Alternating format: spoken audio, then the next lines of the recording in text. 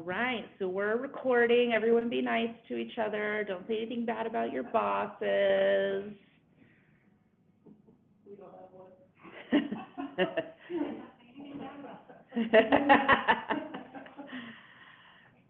All right.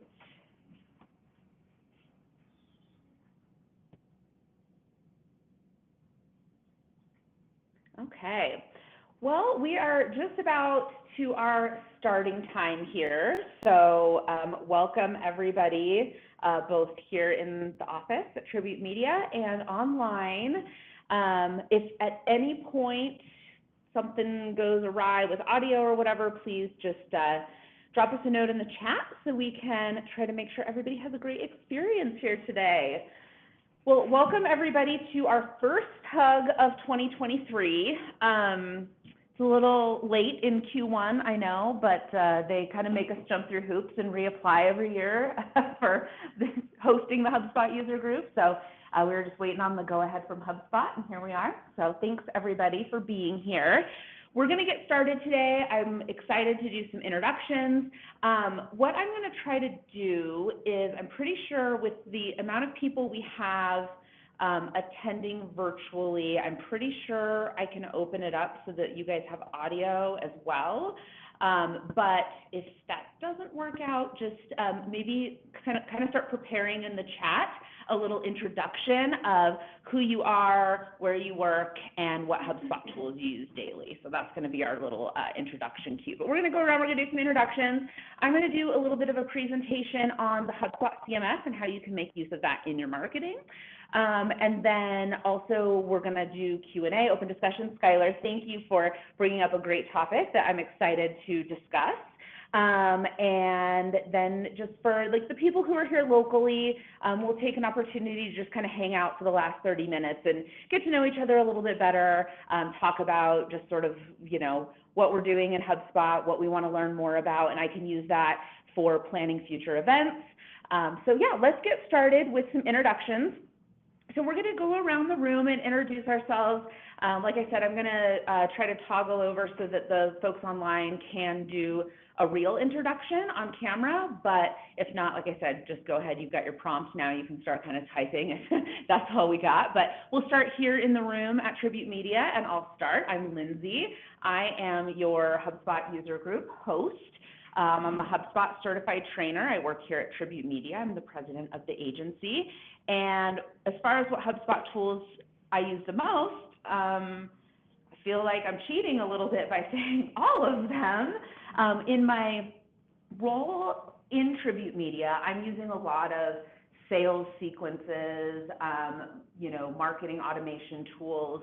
And then for our customers, I'm helping them use whatever tools make sense for them in whatever they're trying to achieve. So we work in a lot of portals and do a lot of different kinds of engagements for a lot of different kinds of companies. So if I'm doing client work, I'm all over the place. But as far as my role in Tribute Media, yeah, a lot of like automation for getting our clients onboarded. I'm stealing Katie's thunder, I'm so sorry.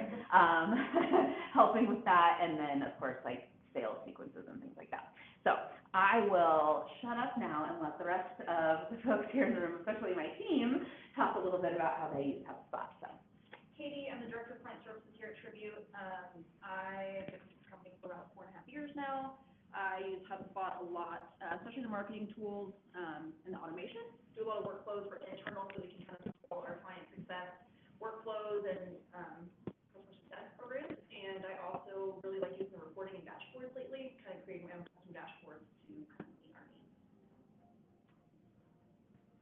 I'm Madison. I'm the user experience specialist here. I've been here almost 4 years, so 3.5 years. I kind of use all of the tools just depending on the day, but my kind of main go-tos are Service Hub as well as just the CMS itself. I do a lot of our website projects here, which we use Service Hub for tickets and kind of keeping track of those projects, and then obviously building the site stands as well. I'm Taylor. I'm social media specialist at Tribute Media. I've been here almost 2 years, I think. And obviously the main tool I use is the social media tool, and I love it. We use that for Tribute Media and for some of our clients. and then also email marketing, blogging, the other two things. Which, side note, big changes with the social media tool in the last little bit here. So we did that topic not too long ago, but we might be due to cover it again, Yeah. just with how That is many very different now. changes have happened. Yeah. So I don't know when that happened because I got in there for like the first time in like probably 2 months to schedule a LinkedIn post for myself, and I was like, I whoa. think it was about 2 months ago. Cool. So everyone else is like, hey, loser, that's been updated a long time. Well, that's why we have a social media specialist. Thank you. All right, so Chad, we'll go over to you. Yeah, we're just down the street, In Time Tech, we're a software solution company, so I'm one of the marketing designers. Mainly use like websites, some of the social media stuff, do some stuff with the blogs as well, but yeah, Glad you're here. trying to. I'm Gabby. I'm also working at In Time Tech, and I'm a graphic designer there. And we just did a rebrand and then a logo redesign and all that big stuff. And so now we're trying to figure out how we're gonna move it over to website and like update everything. And so I think what I'm here for is to understand like what the capabilities are the most for designing. Cool. It's come a long way, really. Yeah. Design particularly, it's come a long way. Yeah. I'm Joseph. I also work at In Time Tech, and I'm a UI/UX designer. And currently, I have not really explored HubSpot at all, so understanding the capabilities would also be something I'm looking for today. I'm Haley, I'm with Valley Regional Transit, I'm their program manager, but, which means I'm gonna be using HubSpot, hopefully send out emails to like my people, and, I don't really know how to use HubSpot much at all, so I'm looking to learn anything we can do for marketing or social media as well. I didn't know if Steve did social media stuff.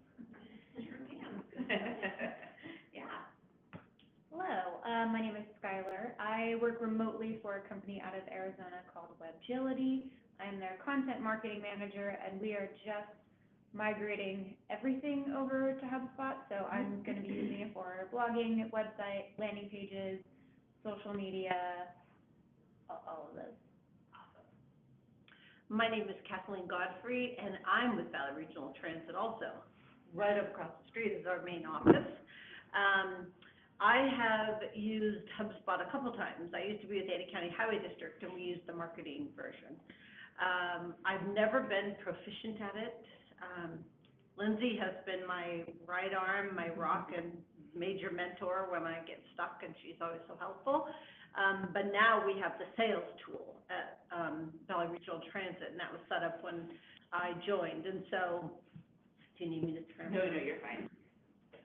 And so, so I'm the account manager over there, and just anxious to learn some more things in social media. Didn't know about that, so we're really excited to learn. It's a big format, a big CRM, so yeah, any learning we can have and share, we'd love it. Thank you. Absolutely. Yeah, you've used HubSpot in lots of capacities now. Very exciting. All right, Logan, I'll have you go, and then I think we'll be able to bounce over to the folks in the computer. Okay, I'm Logan. I work here at Tribute Media, and my role is the inbound marketing coordinator, so I kind of help all roles, and I use a lot of different things within HubSpot, mostly the social media tools, email. I sent the emails that you probably all got through HubSpot for this event, and I use a lot of different forms, CTAs, so yeah. Okay, so we're gonna go to the computer. I was thinking about turning on for all attendees, but I'm a little bit worried about coming in hot by just like, I don't know what happens if I just turn everybody's mics on. So Callie, I have put you on presenter mode, so you should be able to turn on your audio and video and introduce yourself, please. Yeah, sure thing. I don't know if, what camera is that on? There we go. This one. Hey. Usually I'm in person, so sorry I'm not there, everybody. It is just a crazy time at work right now, so have not been able to step away. But Callie Mulvihill, Director of Revenue Operations for Tabuti LMS, based out of Eagle. And we work in all of the hubs, but most recently we implemented CMS in the fall. So super stoked just to hear more today. Awesome, thank you so much. All right, Dustin, we're coming for you next. So, oh, I think I did it. Yep, Dustin, you should be able to turn on video and audio now if you'd like. Oh, but we don't have audio for you, which is weird because it doesn't say you're muted.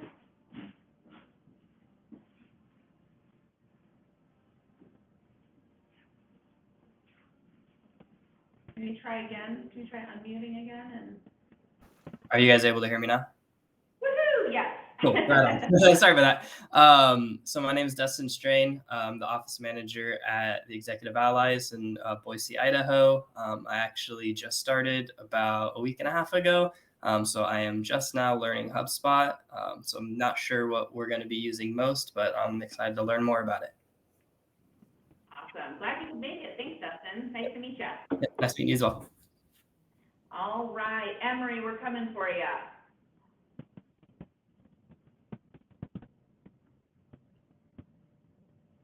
Did it go? Maybe? No, it says on the.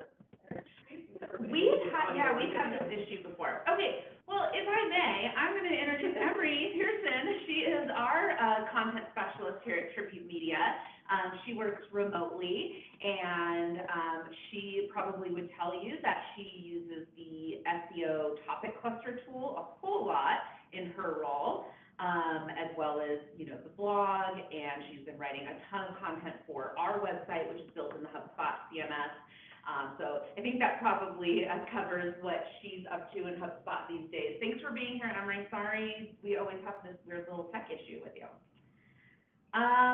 Justin, coming for you.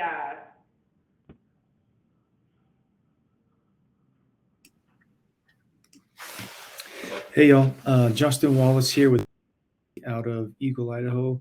I'm the sales representative executive, and I spend most of my time in the sales hub using tasks, deals, and the playbooks. All right, glad you're here. Good to be here.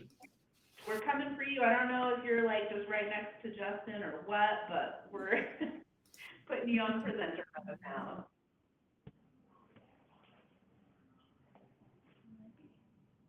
Maybe. Oh, no, here she goes.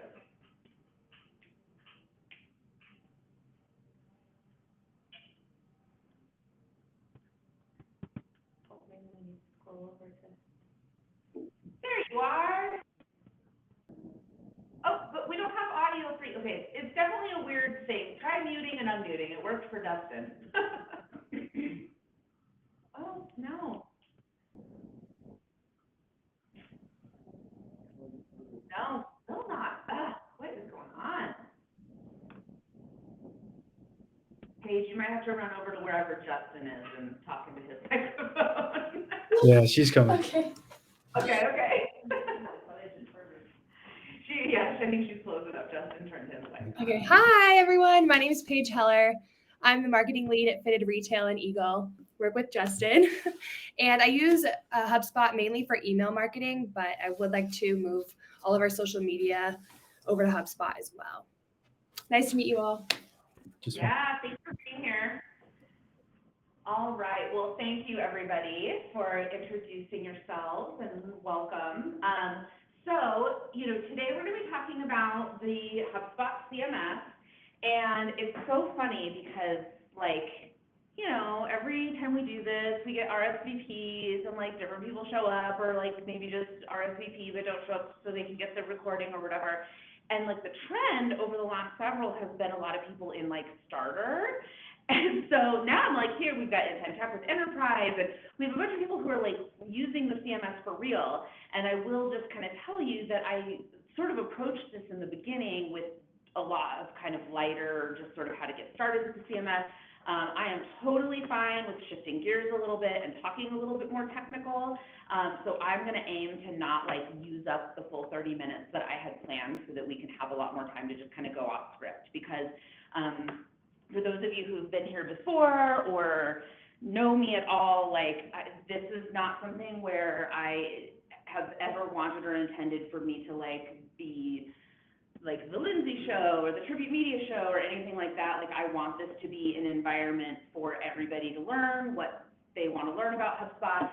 In fact, as we get to the end, I'm going to talk about some additional, like, kind of format changes and things that we're going to have in the future to kind of create an environment where everybody gets what they need out of these events. So, like I said, I'm just going to kind of touch on some of these things for the people who kind of came for the content that was sort of put out there as like, hey, even if you don't use like CMS Pro tools, you can still use CMS tools in your marketing. But then we can totally go off script, and I'm all about having an open discussion and getting in HubSpot and poking around together. So really quick, I just want to cover a few cool things about the HubSpot CMS and just HubSpot kind of entering the world of content management systems when they did. Back in the day, when we first started with HubSpot, it was the HubSpot COS. They had to be really like special and different and have the content optimization system. Well, they really became a real player in the world of CMS, you know, to rival format or, you know, platforms like WordPress and Drupal and Joomla and all of that. So, you know, and they really take it seriously. They have just done nothing but improve since they first started with their COS tools. The hosting, when it comes to HubSpot and kind of what you get, is premium, like enterprise level. Like, you're not going to find many more like hosting platforms that are going to offer you the like reliability and security that HubSpot does.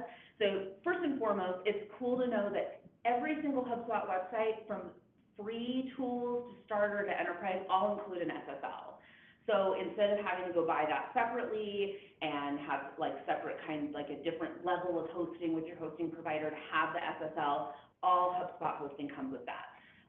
At the most basic level, what that means is you're gonna like pass muster with Google, and they're gonna say, yep, this is a secure site. They said years and years ago, secure site, you know, having a secured site is a ranking signal for, you know, showing up in Google searches. So having an SSL is, you're already ahead of the game by having that. Not having an SSL means having that sort of little unlocked icon at the top, and some people's browsers won't even allow them, you know, if they have like hyper security settings on their browser, they may get a notification that says, hey, the site you're trying to go to is not secure, don't go there, and some people may not even find a website. So when you are thinking about low cost kind of do-it-yourself tools that are available out there, not all of them are like discount hosting with like GoDaddy or using like GoDaddy Site Builder. That's not going to include that stuff. So people who do that are at a huge disadvantage. One, they're already paying something for hosting and all of that, and then they still don't have this secure site and people can't navigate to it. Even, like I said, with HubSpot's free CMS tool, you have an SSL. So it's like a no-brainer. If you even just have like a personal blog that you want to just get out there, using the HubSpot CMS is a good way to go.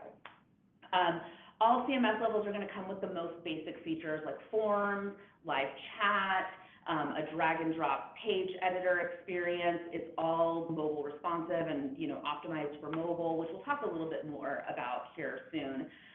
But essentially, like, you know, like I said, whether you're using free tools or enterprise tools, you're going to get some access to all of these tools, just maybe at different levels of access. And sorry, I'm going to actually bring this back over here, just in case people can't hear me. We do have a little chat. Let's see. Oh, is everything okay? All right. So again, back to just HubSpot's awesomeness when it comes to reliability in their hosting. There's actually a lot more nines in that number. Justin, no, not Justin. Who's the growth-driven design person? Who's our growth-driven design guy? Who's in all of the HubSpot trainings for growth-driven design? Oh, I don't know. Okay, totally escaped me now. Sorry. Anyways, I got to be in a presentation at Developer Day with him a few years ago, and you know, like the actual uptime for HubSpot is like, I think it has like 49s after the decimal there. I mean, it's just unrivaled when it comes to reliability. They have 24/7 security monitoring, threat detection, support, all of that. And there's no, like, unlike other hosting platforms where when you have higher usage or you're storing more data on your website, and you have like increased costs for hosting, you're not going to experience that with HubSpot. So just a very cool tool. At a basic level, I just kind of pulled out sort of the main points of everything from free to enterprise. So just so you guys know, again, like if you have a personal blog or just something you want to experiment or play around with, a free HubSpot website, you can have up to 25 pages on a free site. So like, you know, if you're thinking about something that you might have used Squarespace or what's another example, Wix or Weebly or something like that, and you were thinking about doing something like that, you know, I think for a while I had a personal blog on Squarespace and I was paying like $17 a month for it. You can throw up a free HubSpot website with up to 25 pages, plus a blog, which can have up to 100 posts on it, for free. So like, why not? The only thing is it's just gonna have a little powered by HubSpot emblem at the bottom, like whatever. So that's a cool option in case you're, you know, paying for a little hobby side project. Starter has up to 50 pages. It removes the HubSpot branding. You get to have a blog with up to 10,000 posts. So again, it's going to fit the needs of like most small to medium-sized businesses. At that point, you get access to payments. You can use like the marketplace and get free themes and apps. You get, once you go to Starter, you get email and chat support from HubSpot. Now, Pro is where you really get the most bang for your buck. That's where you're going to get up to 10,000 website pages, up to 100 blogs, which we'll talk about some cool sort of fun uses, because you might be like, what business needs 100 blogs? Not blog posts, 100 blogs that can have up to 10,000 posts. Like, so we'll talk about some cool little fun things that we've figured out to do with HubSpot blogs. You can also have dynamic content, meaning one, you can have smart content is kind of the term they used to use to refer to it, where you are able to have like personalization tokens on pages. You can provide a different experience for someone coming in on mobile versus desktop, from the US versus another country, and even a different experience for people who you have on a contact list. So, you know, with In-Time Tech, I know we talked about this for you guys a long time ago, is, you know, you have customers that might be coming in to access your knowledge base. Well, you can create like a list of all of like your HP customers or whatever, then they get sort of like a welcome back, Tom, or whatever experience, like with quick links to the knowledge base and the kind of stuff that they would be coming to your website for. So there's some really just, right, when you go to Pro, that's when like the whole world opens up in terms of what you can do with your website. Enterprise does get in, also, for Emery's heart and mine, I do want to say also, this is where you get the advanced SEO tools, including the topic cluster tool, which is like one of my absolute favorites in HubSpot. And we'll talk a little bit more about that later. And that's also where you start getting phone support. So if you need something, you can actually like get HubSpot on the phone and they can walk you through any kind of technical issue you're having. Enterprise starts to give you a lot more advanced analytics and reporting. This is where you have the opportunity to have multiple brand domains. So this is going to come into play for, I always like to use the analogy that makes me sound like a really like basic person, which is like, you know, Gap, Old Navy, Banana Republic, Athleta, like you can have all of those different websites hosted under one platform with all those different brand domains, so you can send emails from the different brands, and so that's where Enterprise can be really useful. And then it's also where you can build applications, and there are sandbox modes available. So if your website is in constant flux, you're doing a lot of redesigning, rebranding, you can set up sandbox environments. You know, honestly, there's a lot of workarounds that you can play with content before it's live and stuff, like in draft mode, but the sandbox mode is kind of nice to create a full website experience in kind of like a developer area. Okay. So I want to talk about this idea, and this is sort of that between, if you're like thinking about between Starter and Pro, the biggest difference comes down to whether or not you just have themes available or templates.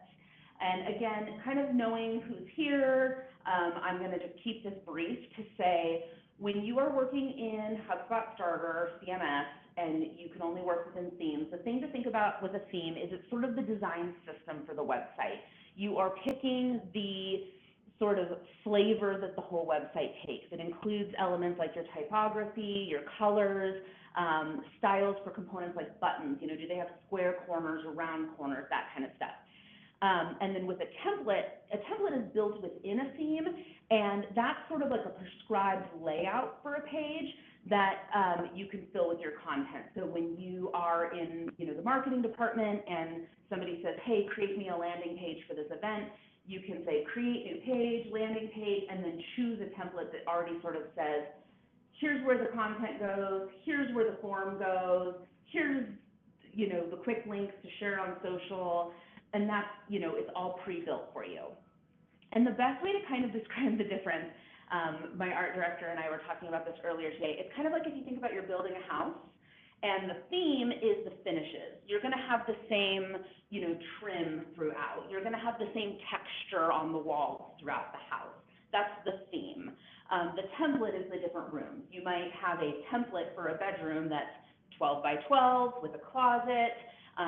You might have, and then you have other things that are just one-offs, like different things, different rooms in the house, the living room, the den, all of that. So anyways, this is just kind of a way to think about it. When you are working in Starter, and we'll talk about a few little workarounds there, you only have access to themes, which can be a little bit limiting for, you know, again, websites that are going to grow a lot where you want to create a lot of new pages, because there isn't sort of that prescribed layout for pages, so it gets a little crazy and you can do almost too much within that.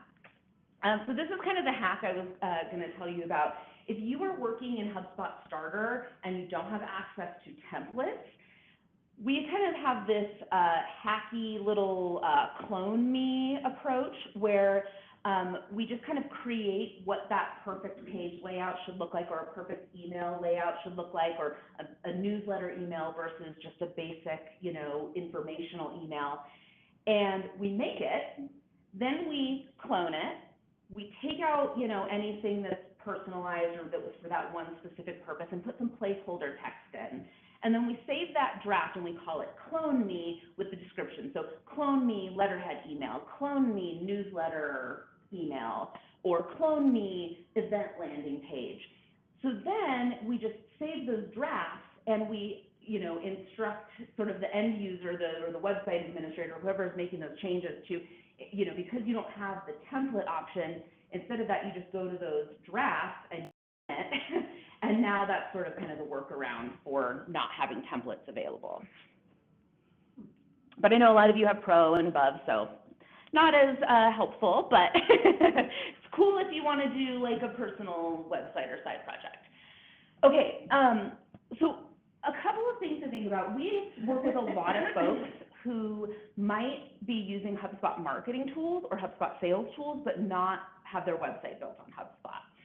And there's all sorts of dilemmas and debates around, okay, well, if you have a website built on WordPress, should you run your blog out of WordPress, or should you use HubSpot's blog feature, knowing that you're going to have to host it as a subdomain? There are some, you know, slight implications for SEO when you are, you know, kind of splitting your content between a, you know, main domain tributemedia.com versus a subdomain blog.tributemedia.com. It's not the worst thing in the world, but, you know, when possible, the more content you can keep on one domain, the better. So it's a consideration if you are running most of your business out of HubSpot to really consider, you know, why are you using a tool like WordPress or Drupal or Joomla or whatever for your website, when you can do all of that on HubSpot and sort of keep it all under one tool, one roof, one domain. It's also just better in terms of data hygiene. When you start to get everything into HubSpot, you can do things, so like if you have a WordPress website, you can put your HubSpot tracking code on there, and you can get all of the information about people who are filling out the forms on your WordPress site, on your WordPress pages. But it gets a little complicated because that setting for collected forms is on or it's off. And if it's on for everything, which means if you have an experience where people come in and like log in to pay their bill or log in to access like client information. Every single time they do that, it's like going to create a new, it can just get really messy. Also, when it comes to data that powers your workflows, you have to get so like, it's just so convoluted to say like they, filled out this form, because the collected forms, I can't even tell you the rhyme or the reason, but they like change naming conventions all the time if it's using that feature. Why is a little bit beyond my technical prowess, but it just gets really hard to run workflows to say, okay, somebody filled out this form requesting this piece of content, especially if you want to try to use like one form on multiple pages. It gets really hard to create workflows when you're not using native like HubSpot tools. So when you can use a HubSpot form on a HubSpot page, the data that powers your workflows is going to be a lot more specific, because you're going to say they filled out this form on this specific page, so send them this specific piece of content or this follow-up email. It just is a lot cleaner, and everything is tracked by just what the internal value of that page or that form is, instead of having to use the full URL, which again might change based on your SEO tactics, that kind of thing. So just anytime you can kind of get that all into HubSpot, the page, no matter if we have a page about SEO strategy. Well, at one point it might have been tributemedia.com/SEO-strategy, but then maybe we wanted to shorten it for SEO purposes to just /SEO. Well, if that was on a different platform, we would have to go then update our workflow to say, nope, now it has to be this new page name. Whereas when it's in HubSpot, it doesn't matter that we've changed the name or the URL path, because it knows that's always been the same page. So just, again, a lot cleaner data when you are doing everything under HubSpot. And then also personalization. Being able to serve up dynamic content can be great. It could be creepy and also unnecessary, but there are a lot of cases for dynamic content, whether that's using personalization or just serving up a different experience based on what you can tell about someone coming into the website, whether they've been there before or, like I said, they're coming in off of a specific device or out of a certain area. Okay, so this, I think, applies really well to everyone here, because even if you're using pro tools, even if you're using enterprise tools, if you are like 99% of the people I talk to, you are not using these tools to their full capabilities. And I say that because even Tribute Media doesn't always use these tools to their full capability. First and foremost is the CTA feature. You guys, I don't know why this is like slept on so much. I think that a lot of times people who are working in HubSpot and doing like updates to the design, they start to just think of the CTA tool as like the button maker. Like, oh, I go into the CTA tool and I make a button and it says, click here to subscribe or download now or whatever. And then I like, when I want to place that on a page, I go and I say, insert CTA, and like, well, that's so convoluted when I could just use the drag and drop editor to pull a button over and type whatever I want in there. So I think too often like I said, it gets looked at as sort of a button maker. And if you're just thinking about making a button, yes, it's more work to make a button in the CTA tool and place it on pages than it is to just make buttons on the fly on a page. But the reason to use the CTA tool is that one call to action can be changed globally on your site when you're using the CTA tool. So, for example, we have a product that used to be called like the campaign strategy tool, or campaign strategy tool.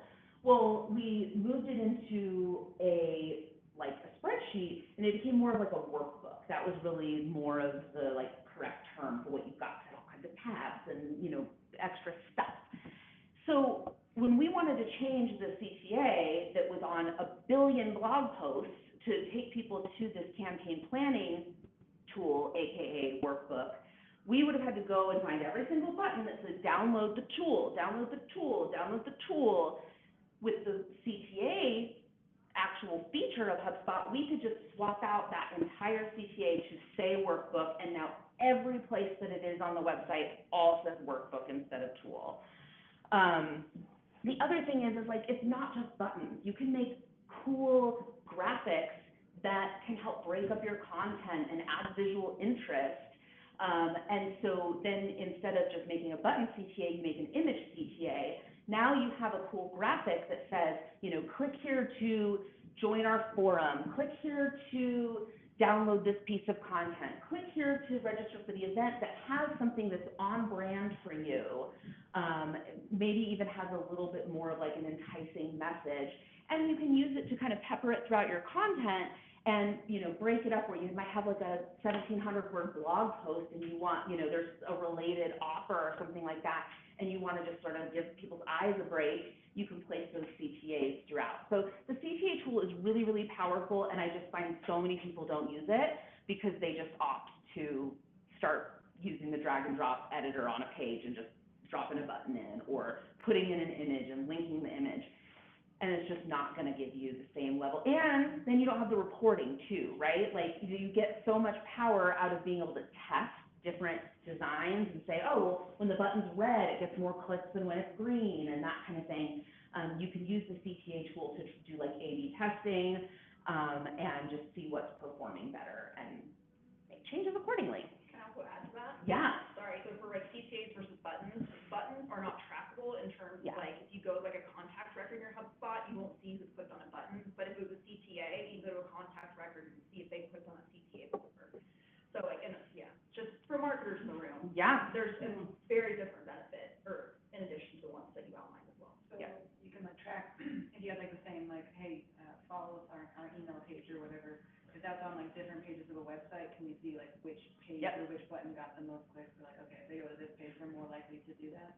Exactly. So we're doing some updates to our website right now, and we were able to tell that we have like a get started CTA on the bottom of our website. It's in our footer, it's across the entire site.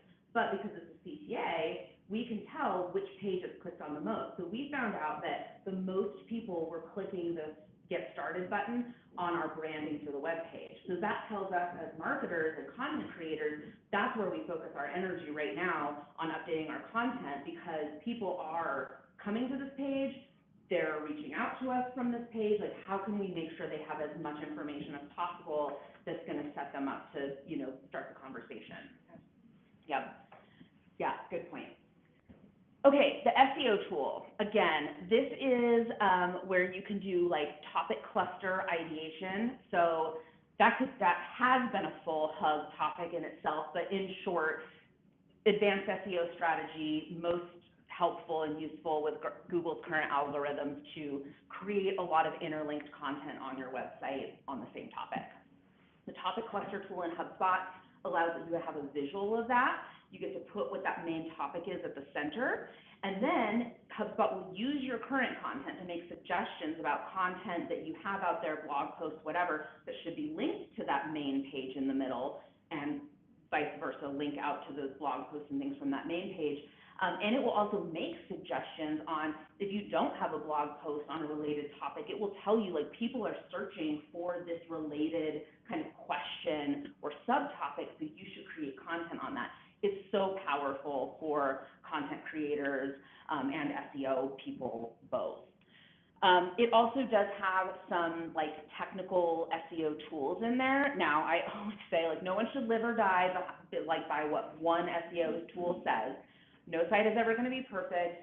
There may be things that your SEO tools are going to flag saying, hey, this is slowing down your website, but if it's helping you reach another goal, like, for example, if you have a donation widget on your nonprofit website and you're getting a crap load of donations, well, you're reaching the goal. If your website is like 0.00001 millisecond slower because of it, I'm sorry, but you're better off having that donation widget in there than not. Because, okay, cool, your website loads a fraction of a second faster, but now you don't have a way for people to give you money. So, you know, those are the kinds of things to think about. But the SEO tool, I mean, I guarantee you, if anyone goes in, it's going to tell you have 8,000 errors, and you should probably worry about like 50% of those. But it provides you really quick links to just fix errors like that are coming up. And then dynamic forms. Again, I think so many people leave so much on the table when it comes to forms in HubSpot. So just by show of hands, does anyone know that like you can ask different questions on forms for people who come back to your website after they've already filled out a form? Yeah. So you've already asked them for their name and their email, and they've done something. Now they come back and they're registering for an event or something like that. You can ask them different questions. We all know that you want to not ask too many questions on a form or you're going to deter people. So you can't, right out of the gate, ask them for like their annual salary and the last four digits of their social. But maybe, after several times, you can get, what is the size of your company? What is the revenue? What's your job title? All of that stuff. So maybe the first time they download something, you just get simple name and email. But when they come back, you can start to ask those more advanced questions to help you qualify that lead. So that is called progressive fields. Anytime you're building a form, you'll see it down at the bottom. And that's where you can queue up new questions to ask of people who return to fill out a form for a second or third or fourth time.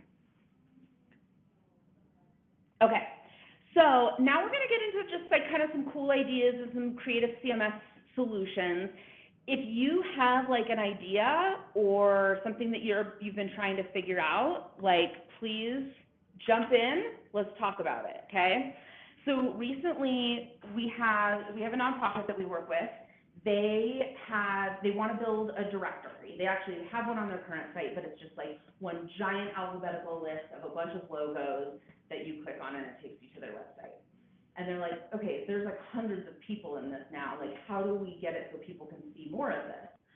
So back to this idea of what do you need 100 blogs for? Well, we can make these little directories using the blog feature and tagging. So if you think about a business directory and you think about a blog post, I'm gonna go to the whiteboard.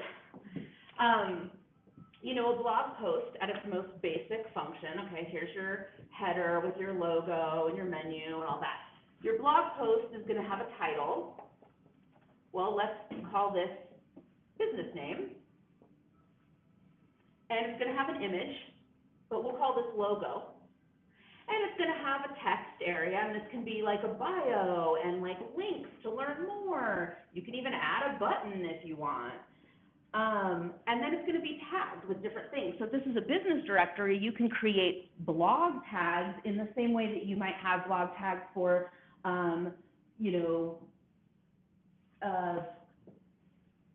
QuickBooks. Yes. Yeah. Web apps, integrations, those kinds of things. Well, you can also have it for an industry, store, nonprofit, restaurant, whatever. And so you can tag this. So now, when you think about your blog listing view out on the main website, you can call it a business directory. And instead of having a blog post title, you have a business name. Instead of a thumbnail of whatever image you put on your blog, you have a logo. And then you have a link that instead of like read the full post, it's like learn more about this business. And it takes you now to that directory listing that you've made. So this is just kind of a cool little workaround. They have several directories that they want on their website.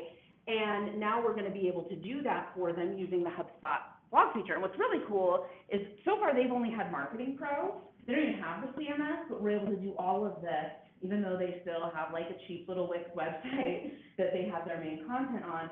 We're able to use all of these really powerful HubSpot tools that they have access through the marketing side in order to create this alternative solution. So hopefully that gives people some ideas of how you can use this. HubSpot database, again, just a great opportunity to be able to build pages with dynamic content. So a couple of quick examples of pages using the HubSpot database is Idaho Youth Ranch's thrift store locations. So, anytime you have a bunch of content that might have to be updated frequently and you don't trust the people who might be updating that content to actually get into the website and start like deleting things and moving things around, you can send them to basically what amounts to a spreadsheet and say, you put your hours here and it gets updated on the website. And so that's how they manage this feature here. So that's one example. Another example is we just redid our team page using HubSpot DB. So if you click on a specific person, the way this page is built is you know, everybody's got their headshot loaded in, everybody's got their name, their title, their bio. And then we have another place where we have all the possible HubSpot certifications listed, and everybody who has those certifications just goes and like puts their, you know, user ID on it, and that's what makes these show up.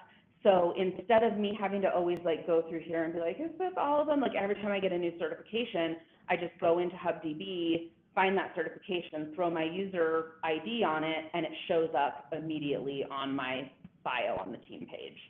So that's just another, you know, anytime you basically have content that you want to be able to control the design and the like layout of it without, you know, giving people the keys to the castle and the ability to kind of mess things up, HubDB can be a really good option, and this is available in Pro and Enterprise.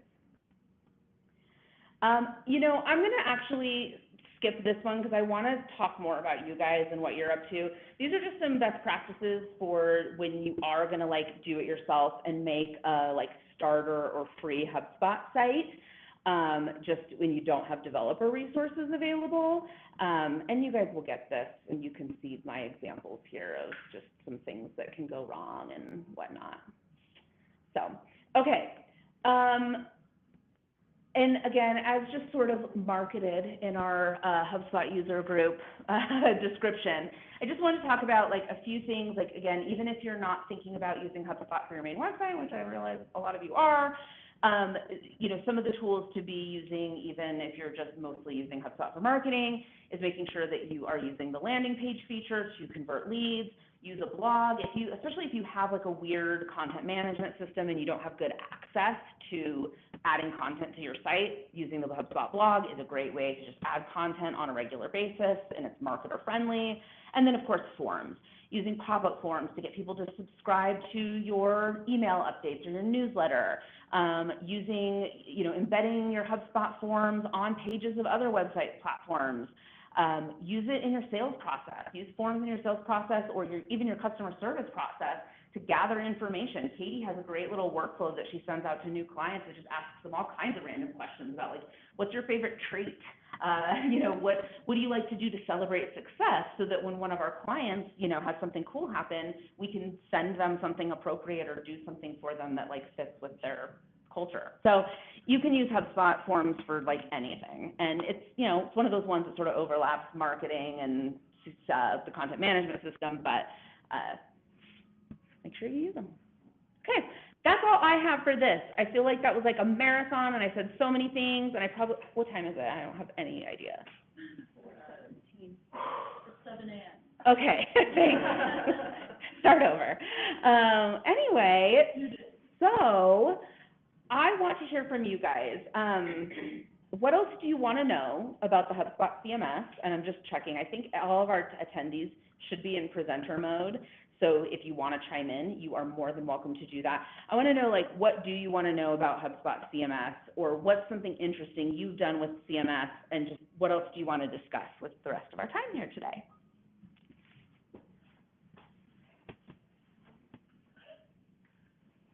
I promised I'd shut up so you guys could talk. I guess I'm a little curious about what you could do with your social media, because like what I'm learning is like literally every website we use is basically, it could be on HubSpot. Like what I do on SurveyMonkey looks like it could be performed. What I do with MailChimp looks like you would just do that. Like, Yep, 100%.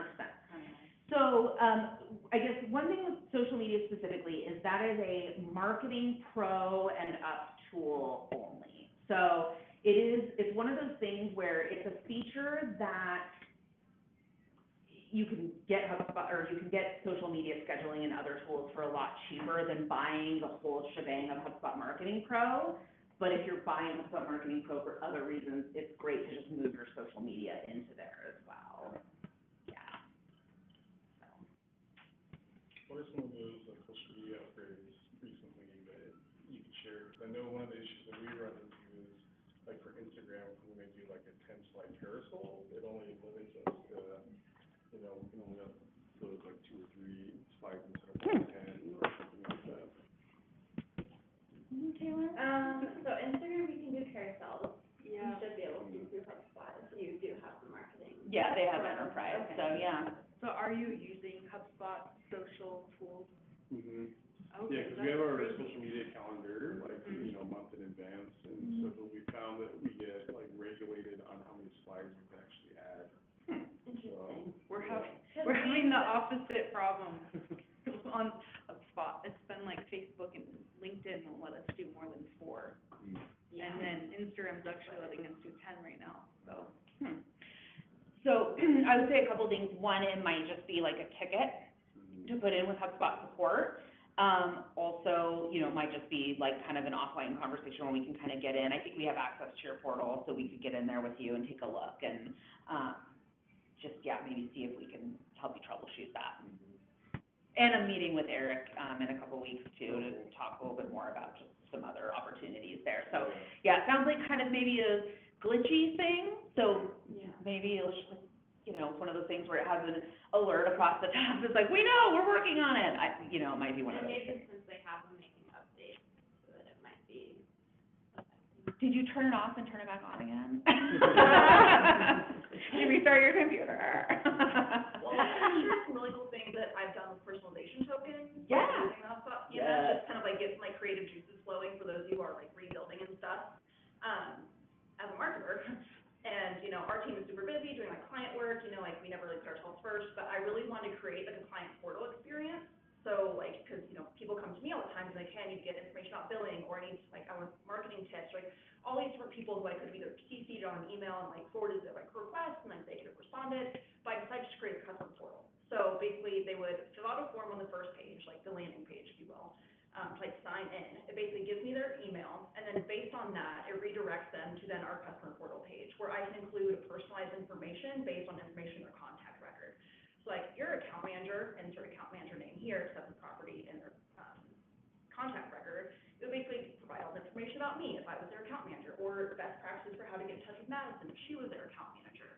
I would include I would include tips for what kind of website they had. Like, so just different kind of client portal experiences to help like serve our customers in a way. And as a marketer, I was able to do that using all the drag and drop tools in the CMS. So like drag an image here, drag personalization tokens here, enrich text, blah, blah, blah. Quick links to the knowledge base. Yeah, quick link for a knowledge base article based on like what kind of website they had and what kind of services they engage us with. So kind of something kind of cool to think about. I've also kind of recreated like a checkout experience using personalization tokens. So like, we had a client who would sell fruit up in Oregon during the summer. They would fill out the HubSpot form of how many baskets of strawberries they needed or something like that, or whatever they needed. They would fill out the form of like what kind of fruit they wanted, what their pickup time was, or desired pickup day, and then it would, like, upon pressing submit, it would redirect them to a landing page that had all that information they had just filled out, basically like a receipt to then take to pickup day. Say, hey, here it is, I, you know, signed up to get 4 baskets of strawberries today. So just different things you can use with personalization tokens on your website to customize and tailor that experience. Is that a marketing tool? Well, I did that all within HubSpot CMS. So like the website pages or landing pages. Now, I think like when it comes to getting really advanced with the number of properties you have to have some kind of like upgraded version, because I think with Starter, well, maybe even with Starter, you can have like 100. Yeah, HubSpot does limit you, like, based on like what plan you have for marketing and how many custom properties you can have, so you might run into that kind of roadblock, depending on what subscription level you have. But like I said, I think even with Starter, yeah, because that's what we did with Nailers. They had free, we could only have 10 custom properties, but we actually wanted for an auto repair shop to like do their whole, like kind of pre-diagnostic worksheet or like questionnaire in HubSpot. And so we just upgraded them to Starter, and they have 100 properties available. So now they can ask things like, when did the problem first occur, and da-da-da. Now they have all this data that they can go back to. If someone like didn't come in for that repair or whatever, they can reference that in an email with a token, like, you know, our records show that you had this problem beginning in August of 2022. Is that still an issue, or did you get it repaired? You know, and all of a sudden you have this context. It sounds really personalized, even though it's automated, all that kind of stuff. So I have never used tokens or any of that. Very cool. I mean, you have a little bit in emails. It's the same thing that you do to say dear first name. It just gets, there's just so much more possible when you start to think about using things just beyond their name, and kind of bring back in data that you've collected about your audience over the years. So one thing, so my dilemma right now, one of many, with how we are trying to go back to using HubSpot. We don't care about everybody else. We need to figure it out for us. So we're in the sales, and I literally use deals and the contact and the companies, and that's it. You know. And so I feel like we're in the wrong basket. I feel like we should be over in marketing, not in sales. Yeah. So is that an easy transition to change and go over to marketing? We'll have to look at your current contract and stuff and see, like, you know, how long you're committed and that kind of thing. It might just be a matter of adding marketing tools now and setting sales tools to not auto-renew, that kind of thing. Okay. So. But yeah, and then, you know, the content management piece, like, you know, the starter version is very inexpensive, so even if you didn't want HubSpot branded things, you know, it's very easy to start using, you know, starter tools to create landing pages, create blog posts, that kind of stuff. You guys mentioned you guys are rebranding and redesigning the website.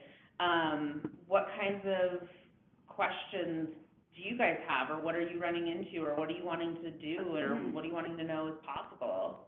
I mean, we have access to a bunch of developers, and so part of it is just learning the system so that they can get in there. I was noticing, like, when you put up your website, like, was that all just template-based, or did you, like, do any, like, paid upgrades for anything, or have custom developers? Well, so we have Pro, just CMS Pro, and plus, you know, Marketing Pro and stuff. So you actually have more advanced tools than we do. And yeah, it's all custom design, and, you know, so we built it using our designers and developers. But it's all, yeah, I mean, it's all built in the CMS Pro, so we use templates. So we have like a landing page template, and a website page template, and a pillar page template, and a blog post template, et cetera. So, yeah, I mean, I don't know if that kind of answers the question. I mean, we're not paying for like any, I mean, you can like hire developers to build like very custom modules and features for you, like different integrations and things like that. But in terms of like creating the website that you need for like your marketing presence, you know, most of that should be able to be done just within like the design manager tools. If you did want to just look at like templates and themes that are available in the marketplace, there's like a little house icon in like your top right-hand corner, like next to your picture. And then that way you can just see like all the other templates and themes that other people have created if you don't have time or the resources to go back and completely redesign your templates and stuff that you have right now. So there are just out-of-the-box options. They're either free or paid to reference to. Yeah, so what she's referring to up here is just when you're in your HubSpot portal, if you go to this marketplace, there's an app marketplace and asset marketplace is what you want to look at for themes and templates. I think I'm in a starter portal right now, so that's probably a bad example. Yeah, I'm in Boise right now. All in free and starter stuff, but do you have any like paid ones that you recommend, or that you use in the past? It's so hard to talk about that right now because, you know, when you buy a theme from the marketplace, I mean, you're better off in free ones because you've actually purchased, and there's probably someone on the other end that like cares about keeping you happy and making you not like give them a bad review so that other people will buy their stuff in the future. But, you know, like ultimately you are looking to somebody else to completely maintain it for you. And I don't know, like we've been getting nervous because, you know, we want to help everybody with all budgets. And so we like have people just go like pick out a free theme and do a starter website and whatever. But it's like, what is the future of supporting that going to look like when that developer isn't like updating that theme anymore, or like isn't, so I don't know, that's kind of tough. I have like best practices I can share. Like once you go in marketplace, you have a whole left-hand sidebar to filter by, so you can filter by your industry, and so like see other like sales and service stars and up, or 5 stars and up, and then always making sure that like you're referencing what kind of support options they have available, because there are developers who are awesome and will just respond to you quickly, like if you have a question, then they'll give it right back, or they'll even like include a feature for free that maybe, you know, they offer at a paid expense at a different like theme level or something, but like we've had that happen. I mean, developers are like, oh, like I understand that you need this, I'll just give this to you for free. Like it was like a business directory or something feature. So yeah, just like making sure you're just filtering by the right categories that kind of like meet your business needs. Yeah, and like, if you even want to get really deep into it and cross-reference, like, you know, every theme in there will tell you like the name of the company that puts it out, and you can then like even, not only does the theme have like a review on it, but then you can go to the HubSpot agency directory and look up that, or the solutions directory, and you can go find that company and kind of see what is their overall representation. So one example, like somebody that I know is Web Canopy Studios. They have themes in the marketplace, and you can see like they have 131 reviews, 4.9 stars. Like I would purchase a theme from Web Canopy Studios because I know John, he's very nice. I think that he's gonna take care of us. You know what I mean? So like if you are even just considering one and you're like, you're welcome to ask me, hey, do you know these people? And I might, you know what I mean? So that's it, you know, and then like I said, that's if you want something that is completely pre-built for you. So there is gonna, you know, there's gonna be some limitations, or then at least it's gonna put a bunch of work back on your team to customize it to what you actually want. So it's kind of worth looking at what's the cost of the theme, and then what is the cost of your guys' time versus like engaging a HubSpot developer to actually just build the whole thing for you custom, that's like yours, that lives in your portal, that isn't updated by an outside party. Yeah, since we have access to a lot of developers, more than likely that's probably where we're gonna go, but I was just kind of curious if you had any recommendations, so. Yeah.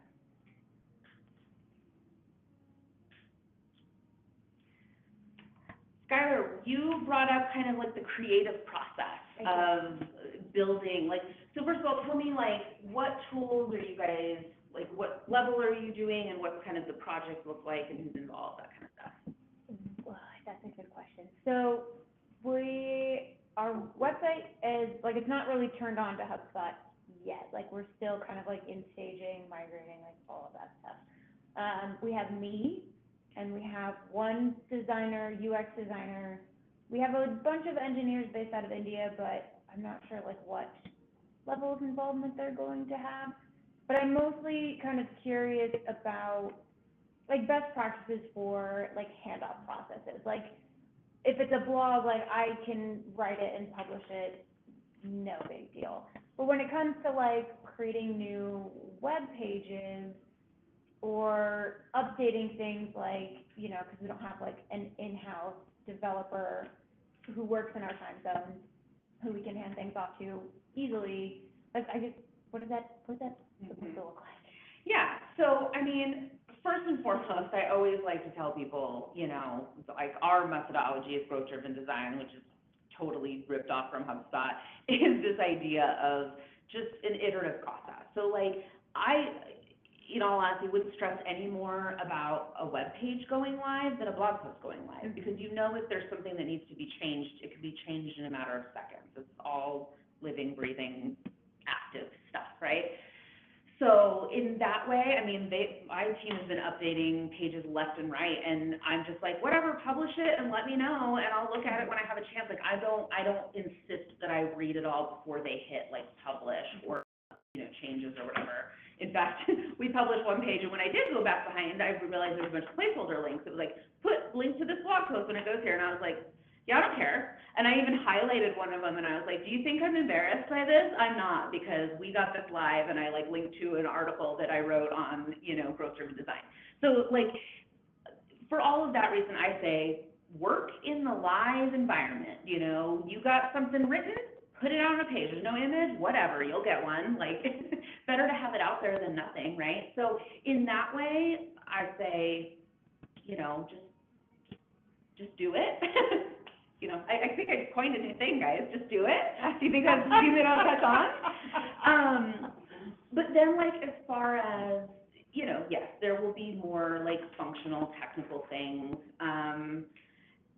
I don't know, I guess it would just kind of depend on like what it is and how, because, you know, on the other hand, you don't want to create like a really stressful user experience for your end user if like there's a link that says click here to do this thing and it doesn't do that thing.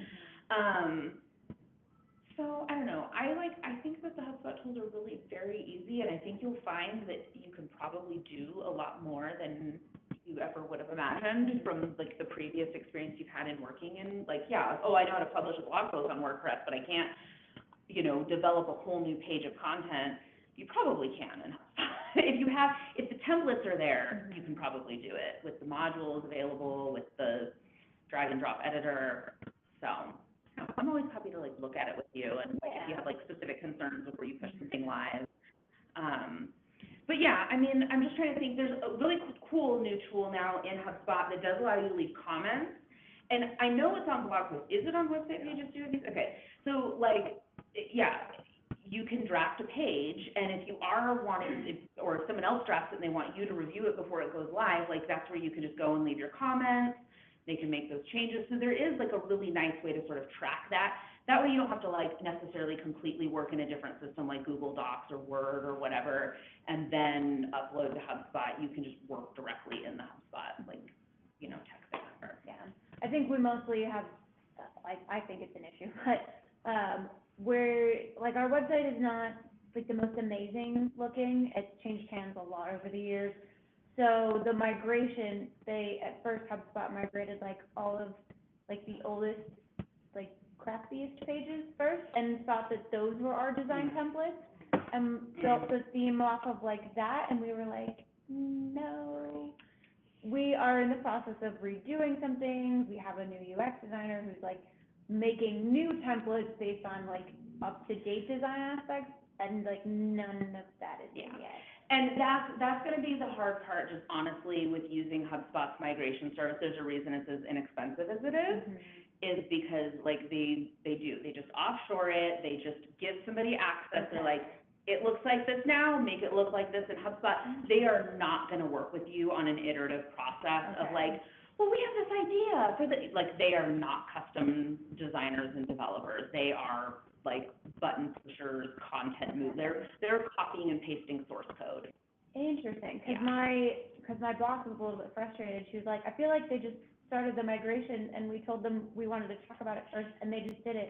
So I'm good, I mean, at least glad to know that is sucks for everyone. Yeah, it's like that solution is for like, hey, we just spent $10,000 building a custom WordPress website and we really want HubSpot, but we just spent all this money and we don't want to start all over again. That's them taking all that $10,000 investment and making it a reality for you in HubSpot. They're not like, I guess it would behoove me to not mention Tribute Media designs and builds custom websites at HubSpot, like, in case anyone was wondering. You know, like, we're going to have a strategy meeting. We're going to talk to all the stakeholders on your team. We're going to find out, you know, how you use it, how your customer uses it, who's updating it, who's using it for what purpose, what's your main goal, what are you trying to, like, and then we're going to present you with a mock-up that you can then give feedback on, and then we go back and forth until it's right, and then we build it, you know, like, that's the difference between working with, like a web design and development company versus just having HubSpot migrate your stuff. It's a good way to just like get it from point A to point B, but that's about it. Yeah, because I was trying to build like a test page and just try to map out like the right page, like how would I build it, like because it wasn't existing, so I couldn't just like clone it. And I was like, none of the components that we have are available to us because they hadn't been. I'm curious, do they build them using the drag and drop tools, or do they rebuild them using only HTML? I have no idea. Because that's something we've run into in the past too, is like they don't even like migrate your website using like HubSpot best practices. It's like it just comes over straight HTML code versus like using the drag and drop tools for like that functionality that like, which is why a lot of us use HubSpot for that. Yeah, I wonder if we might have to explore that a little bit. Yeah, and there's also, I think, just a lot of other things to think about, both for you guys going through your like update process, and this is like, I put it on one of the slides before, but it was like basically like, just because you can doesn't mean you should. So in HubSpot, anything is possible, like quite literally. But it doesn't mean you should just take that liberty and do whatever. So it can be really helpful to bring in somebody who's not just a professional, like you have you're a graphic designer, right? But like, I don't know what your experience is in terms of like designing for the web. Like, there's just different things that you think about when you design and build websites every day that have to do with like, how does this look on a phone? How does this look on a tablet? How does this look when somebody minimizes one screen? You know, like when they're zoomed in, when there's like all of these things need to be taken into consideration. And so when we build, you know, a custom design with templates that we then provide for you, we're building in some guardrails for you. Now I'm gonna like choke for that. I think about we'll maybe start with saying, okay, you can go up to 3 columns on a single page. Could you do 4 columns or 5 columns if we just set you loose with HubSpot tools and you could just make your own template? Sure. But what is that gonna look like? Okay, great, I'm looking at this huge screen, or I have a 22-inch monitor or whatever, like 5 columns is great, but what about on a 13-inch laptop screen? Yeah, it's all gonna look crappy because it's not gonna snap, because it's not a different device, it's still a full monitor. Like, that's just the kind of stuff that not everybody's gonna think about. So yeah, like when we're designing and giving you those templates that you can then use to build onto your website in the future, we like to try to kind of like protect you from yourself and what kind of cool ideas you might get, but not like your brain isn't accustomed to thinking about all of those factors all the time. So yeah. Cool little pro tip on that though too is like outside of like the templates, like when you guys do drag on a module, maybe like for a particular page, like each module has an option to hide on like the mobile level. So if you're like, okay, this looks great on desktop, like go to rotating testimonial or something like that, you can say turn off on a phone. So I don't know if you guys are rebuilding your website. Just me, okay. Yeah, but you can preview everything in different things, different device sizes and stuff. So anyway, yeah, there's a lot of things to think about. I know the world of like Wix and Weebly and even like HubSpot free and starter tools have made like everybody feel like I can do it myself. Like, you totally can. It's just, what is that? It's like, I'm gonna go back to this slide because I just want to show you this example of like, yeah, I get exactly what she was going for. I would have probably done the same thing if I didn't have this job. But I was helping,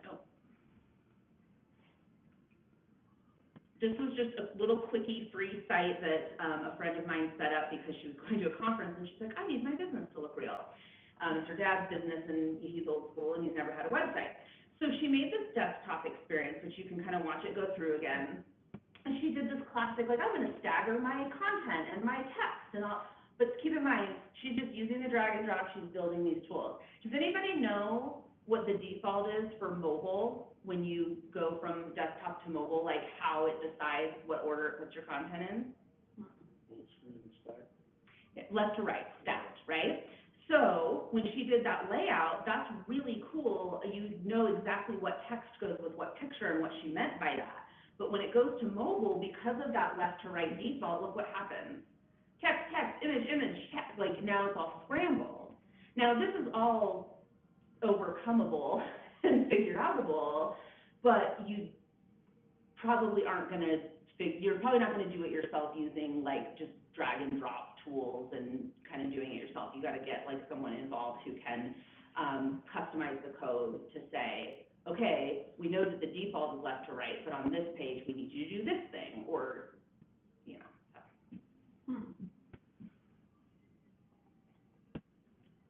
anybody in the computer want to share anything? You're all still with us. It's so exciting. Linz, I have one question for you. Can you all hear me okay? Mm-hmm. Cool. So I know we can make lists for this, but is there an option to tag, or how would you recommend we solve the need to tag specific contacts in the system? So you're talking about like, sorry, I need just a little bit more context.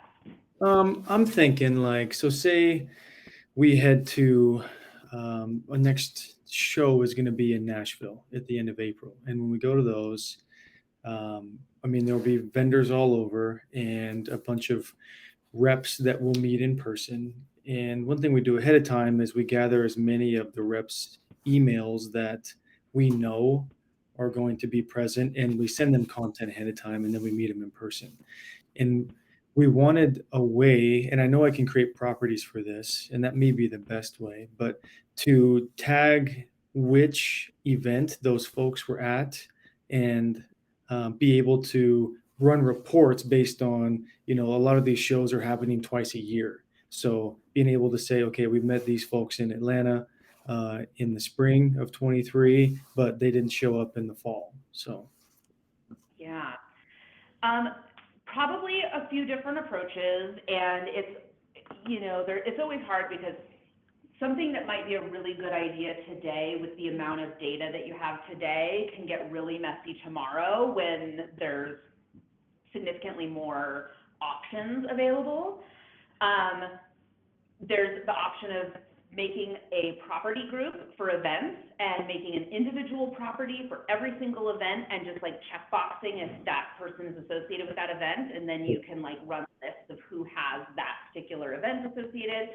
Or you could make a property called events that's a multi-check that has like a list of all of the possible events, and they can have whatever, multi-select whatever ones they're associated with. But like, to your point, you might be wanting to also identify what's the where did we like first encounter this person? So that could be like a first event was. Then you're going to be just really careful with single line text, because if you put in Nashville 2023 for one person, but you put in Tennessee 23 for another, like you're going to have to be really careful when you try to pull lists to make sure that you're getting everybody that you mean to get. So anytime that you can do like defined values and select from those defined values, you're going to have data that's a lot easier to work with. Okay. When it comes to segmenting. But like I said, there's also a case like Katie wants to know what's your favorite candy bar, so she's going to leave that open. She's going to limit you. There's so many candy bars. So, like it's because she's going to use that differently. She's going to go, oh, Justin just had a success. Let's see what his favorite candy bar is. Probably something healthy. So anyways, but yeah, and I'm more than happy to like chat offline, like in more detail about that, like what you're trying to accomplish. Because like I said, I can rattle off a couple quick ideas based on like my understanding, which is like this much. But if there's like this much to know, then I want to help you make the decision that's gonna be like that you're gonna be able to grow into. Totally. Okay, I appreciate that, and I think it's good to know I wasn't missing something simple. So. No, it's, I always say in HubSpot, there's 50 ways to do any one thing. Mm-hmm. It just comes down to, like, how does your brain work? What's the next, how is it going to grow? How is it going to change over time? Who needs to, there's always a million solutions. Great. Well, thank you. And for the record, my favorite candy bar is a Hershey Symphony bar with the toffee. Oh, now I know. Wait, is that with almonds, or can you choose? I prefer the with the almonds and toffee, the blue, I believe, not the blue. Okay. Okay, got it. Thank you. You bet. Okay, so we are running out of time. I didn't even everyone's welcome to hang out. I'm not going anywhere anytime soon. So, but I do want to just touch on a couple other orders of business before we depart here today. So let me show the screen again. Okay. I'm proposing kind of an additional format because, as I mentioned at the top, we've had sort of historically, and I apologize for anyone who's like, this is so basic. I'm trying to build a website in CMS Enterprise. we just have kind of a variety of different like skill sets and levels of engagement with HubSpot and, new users and, long-time users. So I want to kind of start breaking up our hubs into 2 different groups. And we'll meet at different times, and everybody's welcome. If you're an advanced user, you can come to these, and I would love to have your input and all of that. But we're going to have a power user meetup once a quarter, as well as sort of this traditional format where like I train and present on a topic, and I'm like providing kind of like a curriculum and stuff. So this power user meetup, this is going to be casual. I will not be presenting anything. We're going to show up. We might have our computers. We might not. We're going to eat some food, maybe drink some beer. We're just going to talk about HubSpot and talk about things that we're doing and talk about challenges that we're facing and think of new and interesting solutions on how we do what we do in HubSpot. So that's going to be super casual, no prepared presentation. Just bring your ideas, your challenges, all of that. This is going to be best for people who work in HubSpot daily, who are using pro and higher tools. And I will keep you posted on a date. We'll probably do a little bit of like a post survey to figure out like who wants to know about what dates and stuff. But that's going to be one option for like advanced HubSpot users. And then we're going to keep, like I said, doing sort of this format where we host it here at the office. We'll have like a presentation. I'll prepare some like talking points and training and stuff like that.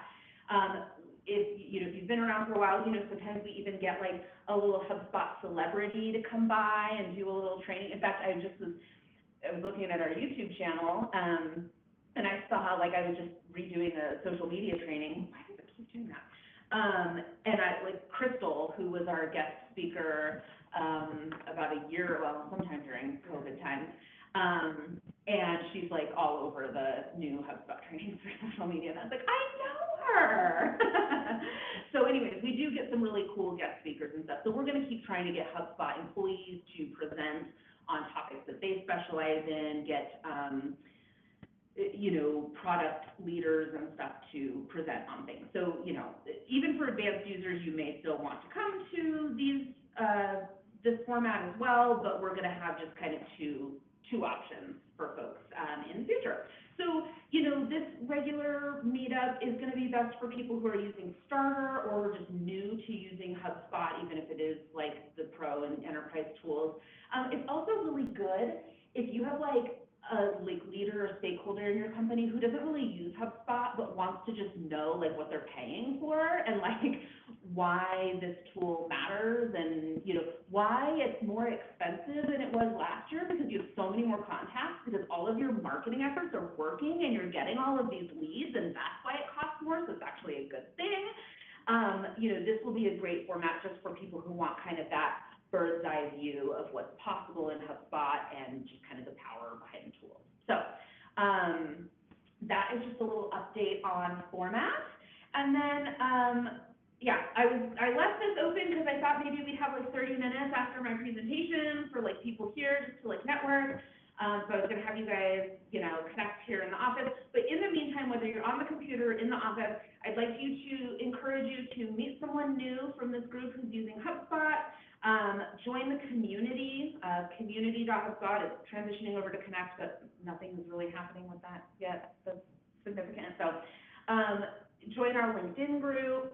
And then invite someone else from your team who you think would benefit, and knowing that there's going to be two options. Like maybe someone from your team doesn't want to come to the power user thing, but you do want them to know the basics about a certain tool. So we'll keep you updated on what the topics are and speakers and all of that. But please, between now and next time, just meet someone else who's using HubSpot, and I think you'll find it's really helpful just to know other people who use the tools. And Can the people online hear? They can, yeah. I mean, as far as I know, I think they can still hear. Kelly, is your mom Cheryl? Or are you related to Cheryl? Sorry, what was that? Are you related to Cheryl? To Cheryl. I have a she's not visible. I don't think so. I'm because either I've asked you that or I just know that, I know enough about you to not, yeah.